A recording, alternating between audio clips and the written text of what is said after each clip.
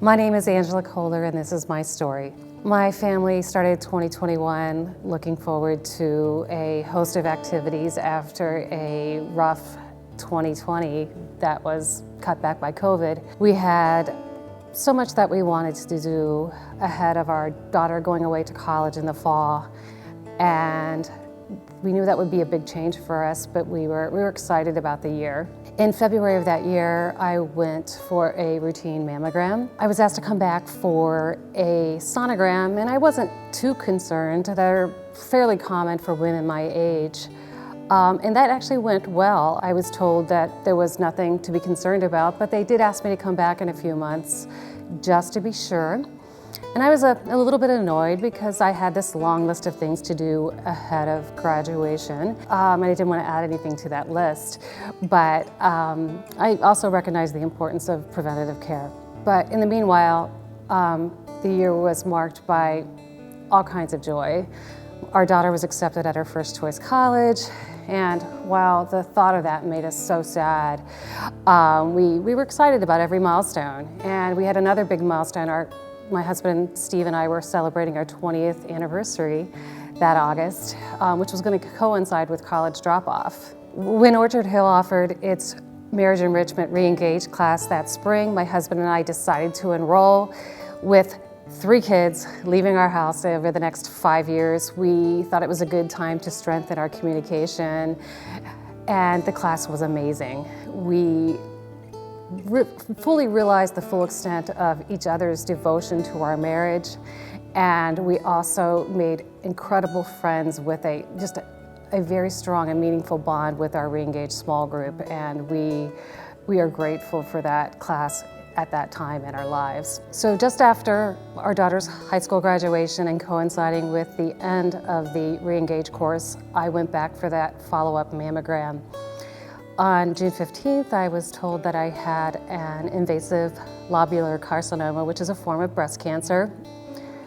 It was initially challenging and sudden news for us, but our first prayer was in gratitude for that very brilliant and cautious radiologist who found this as early as you could find one, nice and early and very small. June 15th was a Tuesday, and I was fortunate to be able to make an appointment with a highly regarded high-risk breast surgeon the following Monday. In the days in between, my husband Steve and I talked a lot about God's plan, but the truth was we were scared. And I often found myself waking up in the middle of the night and realizing that I had breast cancer because I hadn't yet internalized it.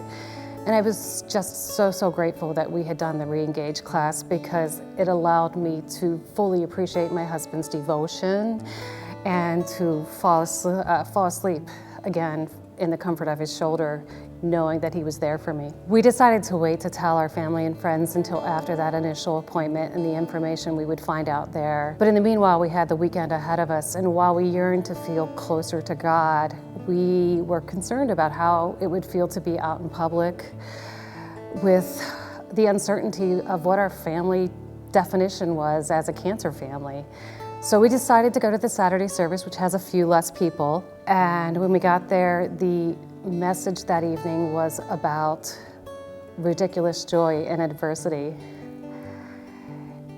Steve and I felt like every word was meant just for us. And while I would like to think that I wouldn't need something so big and so obvious as a message on joy in adversity, to know the Holy Spirit was with me through this journey, I am so grateful for God's mercy in Kurt's message. In the end, when Kurt prayed for clarity and hope for someone going through a medical issue, Steve and I were both in tears. Steve and I met with the breast surgeon the following Monday, and I was given very encouraging odds. It was as good of a kind of breast cancer as you'd want to get. We scheduled a lumpectomy for a month later, and we left feeling a new confidence.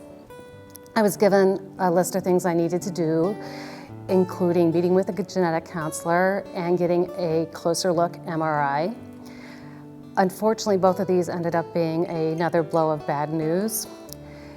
The genetic counselor told me that I have a very rare gene mutation, not BRCA, but one of the even more rare ones.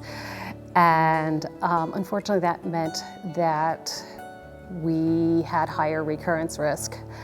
So those promising odds that I'd been given a couple weeks earlier were no longer in my favor. We have subsequently found out that I got that gene mutation from my father, who would have been less likely to present it. And the hardest part about having a gene mutation such as this one is that I, at this point, knew that I was going to make it through this, that I had the strength to go through it, but the notion that I might have passed it on to my children was devastating. A few days later, we got the results of the MRI, and what we were told was that that small tumor that had given us hope actually had tentacles that made the extent of the cancer much larger. It wasn't the news we wanted, but with our confidence boosted by Kurt's message and a few days of fervent prayer, we made the difficult decision to change the surgery plan to a bilateral mastectomy with full reconstruction.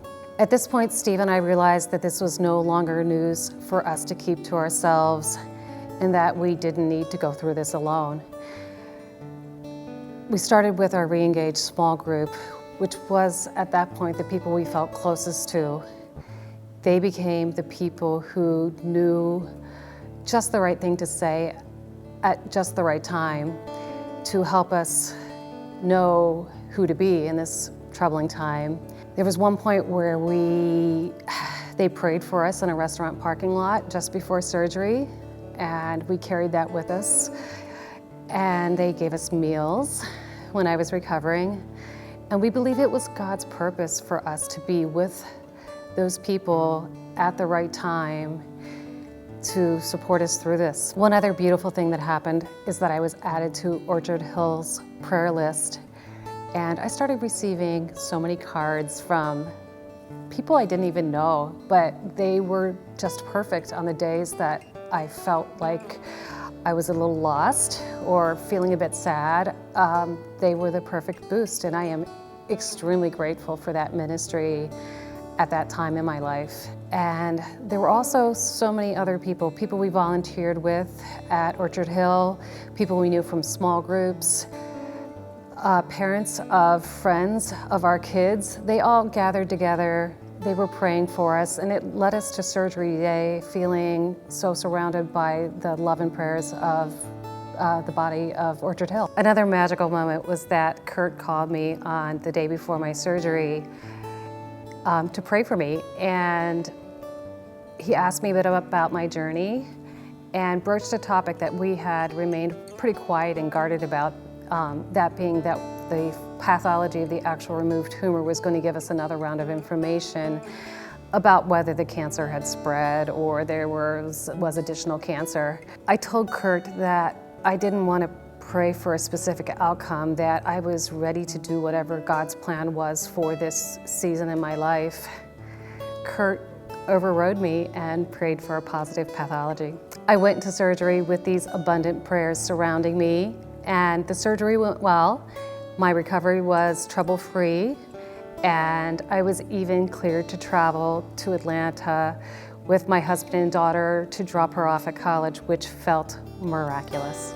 A week later, we got the results from the pathology report, and it was more good news. The estimated size of the tumor from the MRI was 3.2 centimeters, but the pathology report showed that it was actually only 1.6 centimeters. And there was a lot of medical terms on that report explaining how that might have happened, but we attribute that to so many bountiful prayers. And for the record, being under 2 centimeters is a key factor in my cancer being labeled stage 1, which was joyful. We also learned that the lymph nodes that were removed on both sides were benign, indicating that the cancer had not spread, and that the other cysts identified by the MRI were benign.